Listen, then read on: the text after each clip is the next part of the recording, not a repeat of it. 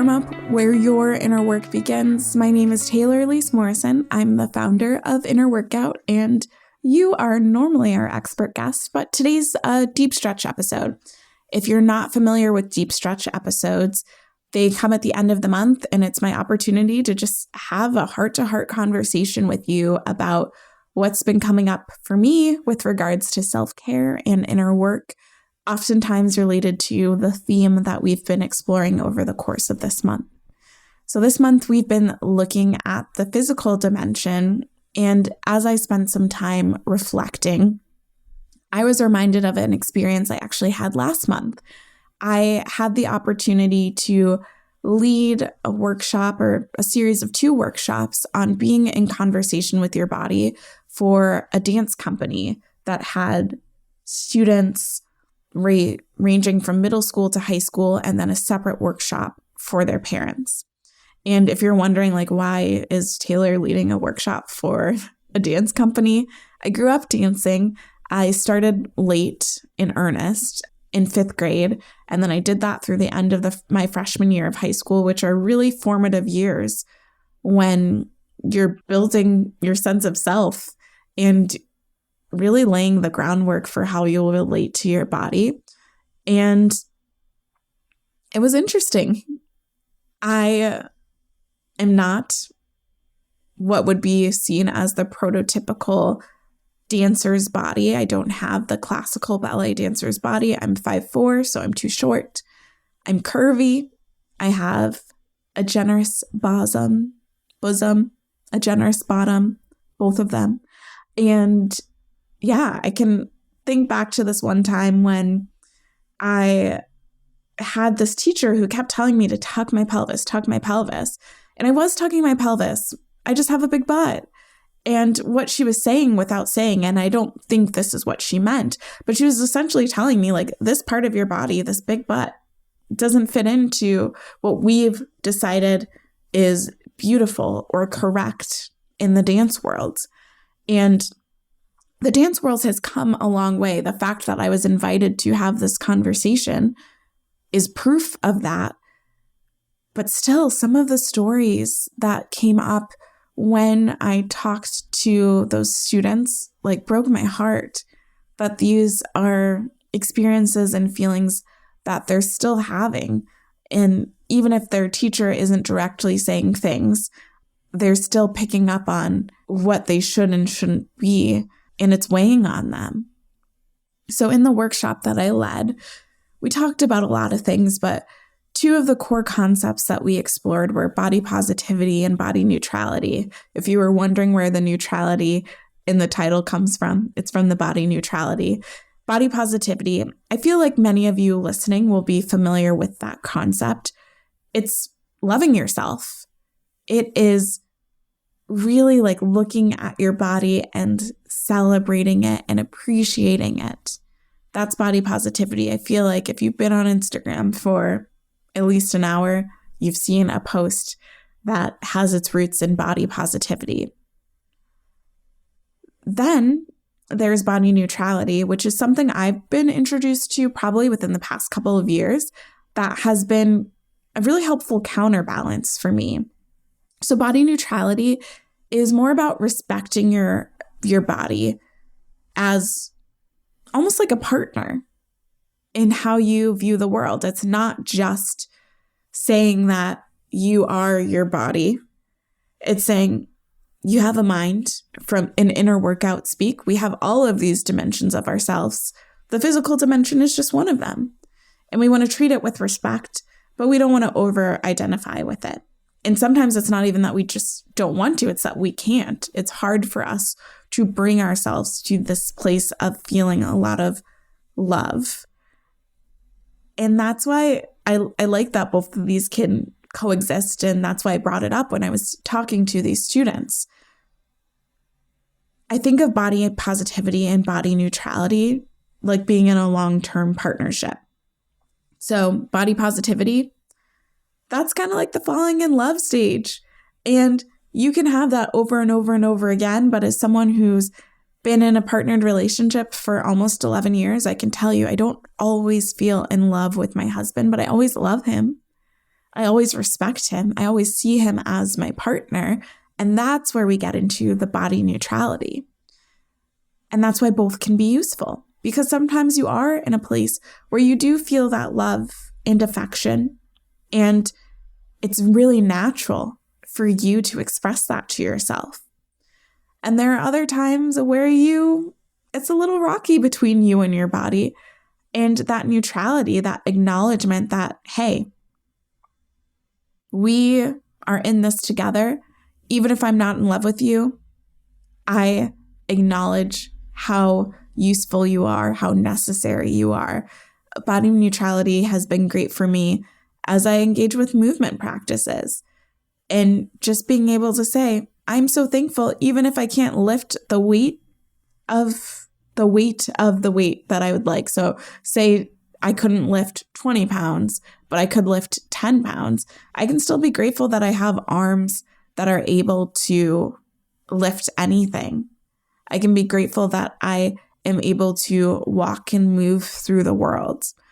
So both are helpful. And I think that the conversation about body positivity and body neutrality as different ways to relate to your body really also underscores the nuance that needs to be present as we're having conversations about self-care. I will speak from the I really often want formulas. I want someone to tell me, if you do these 5 steps, you will not be stressed out anymore. Or if you do this meditation in just the right way, and then you spin around 3 times and you click your heels, then you won't be anxious anymore. But the reality is that self-care is so much more nuanced than that. That's why I talk about, and Inner Workout talks about self-care as listening within and responding in the most loving way possible. That's why the type of self-care that we talk about at Inner Workout tends to be more expansive than just what you see when you're scrolling on Instagram for posts on self-care. Like, when I talk about self-care and I think about what happens if you live your life actually listening within and responding with love, that has implications for, yes, how you relate to yourself, but also how you relate to other people, how you show up in your career, how you show up as a friend and a partner. What you decide to do with your days, there's so many implications for it. And when we look at the listening part of that self-care definition, the listening within, it can be hard to listen within when we are being bombarded by so many other concepts and frameworks and how people are using them. Like body positivity and body neutrality. Maybe what you need in this moment, and I saw this when I was leading these dancers, some of them really needed body positivity, and others felt like body neutrality opened up a door for them that they didn't even realize that they needed.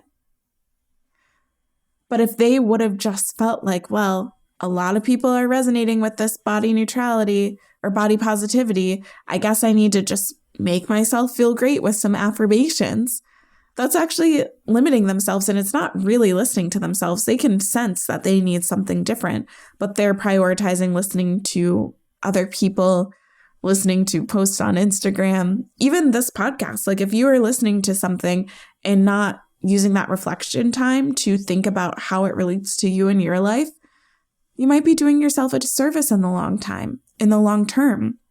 And then the loving response piece of things, that's where it gets interesting, because our loving responses will be different.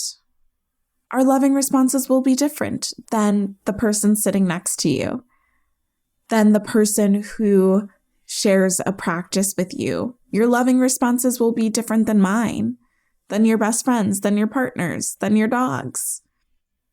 And that is great. That's how it's supposed to be. Self-care doesn't need to look so uniform all of the time. I also want to highlight that your loving responses will be different than different versions of yourself. You might find a practice that supports you for a long time. Maybe body positivity has served you well for years, and you have affirmations that you say to yourself, and you have specific practices that you do that help you cultivate this loving relationship with yourself. And there might be a time in 3 weeks, 3 months, 3 years where body positivity isn't serving you in the way that it used to, and body neutrality feels more supportive. Your loving responses can and should be different than others in your life, and also yourself at different life seasons. That's where we get into the nuance of self-care. And I feel like I will spend the rest of my life seeing different versions of this. I have so much fun researching and learning about the ways that we can be in relationship with our bodies, in relationship with our whole beings. And I test and learn and see what works for me and what doesn't. And sometimes I store something away because it doesn't work for me now. But I know that maybe when what is working for me now doesn't work anymore, this might be something that I test again.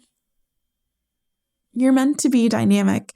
This is almost where you add like a little sense of play and exploration into your self-care, is allowing it not to be so black and white. It doesn't have to be an exact formula. Lean into that in between. It's okay if you are taught something and you iterate on it. It's okay if you learn a technique, a breathwork technique per se, and you find that making the inhale 1 count longer feels a lot better in your body. That means that you are actually making this even more care-filled of an experience for yourself. So don't, in the quest to build knowledge around self-care, get so caught up in the frameworks and the systems and the processes that you lose sight of the nuance for yourself and for other people. It's hard. Like, speaking as someone who runs a self-care company, we have to be so mindful as a company of offering starting points and not being overly prescriptive, because I truly 100% believe that you are your own best expert. You know what you need in a given moment. And my job and the company's job is just to lead you back to yourself. And so I wonder how you could come back to yourself, maybe by going through and navigating some of the nuance that maybe you previously wanted to ignore. What if there was a self-care rule that you would allow yourself to break? A rule that you have set for yourself, or a rule that you learned in a yoga class or you learned in a journaling workshop. What if you just tried something a little bit different to see if it felt better for you? Would you be willing to do that? This isn't a normal episode where I have the built-in time for reflection. So I really want you, if you need to, pause yourself and give yourself time to consider this. Think about it. Is there a place where you are ignoring nuance and you're getting so caught up in the routine and the framework and the point A to point Z that you are not giving yourself room to explore? Create that space for yourself. This is me telling you, encouraging you to create that space for yourself. That's how we really get to a world that is care-filled. When we start looking at how each individual has different needs and stop trying to standardize every aspect of self-care, because that doesn't end up serving people for the long term. You may have something prescriptive that gives you a nice starting point, but then from there, I really challenge you to continue to grow and to evolve. So those are my thoughts on, yes, body neutrality and body positivity. If you have been on the body positivity train for a while, maybe you look into body neutrality and explore some of that and see if it feels good. And then that perfectly pairs with my thoughts on nuance, like I just said. Giving yourself permission to break some of your self-care rules and just view it as an experiment. If it doesn't feel good, you can go right back to it. I want to let you know, though, where we're headed with regards to inner warm-up and inner workout content for the rest of the year. We spent the past several months talking about a dimension of well-being per month. It showed up in the newsletter, on our Instagram. It aligned to products that we launched. And now we have 5 products, one for each of the dimensions of well-being. So where do we go from here? The podcast isn't over. That's not what is happening. We are going to go into a series for the rest of the year that we're calling Honest Holidays. And really what we want to do is give you an opportunity to be really honest with yourself in the midst of a season where all of the songs on the radio and so much of what you're seeing on social media and maybe even what you're getting from people in your real life are telling you that you need to be happy, that this should be the most wonderful time of the year. Inner Warmup will be a place where you can explore, yes, the beauty of what you've experienced over the past year, the joy, the happiness, if those have been pieces of your experience, but also to feel it all. A space where you don't have to gaslight yourself into having the most wonderful time of the year, where you can be honest with yourself and maybe eventually with others in your life as well. So that's what you have to look forward to for the rest of the year. Thanks for making it all the way to the end of this episode. I love hearing your thoughts. You can always DM us on Instagram. And if you haven't, please rate and review the podcast. It's how other folks find out about the show. We'll be back for a normal episode next week, the first one of our Honest Holidays season. Okay, take care.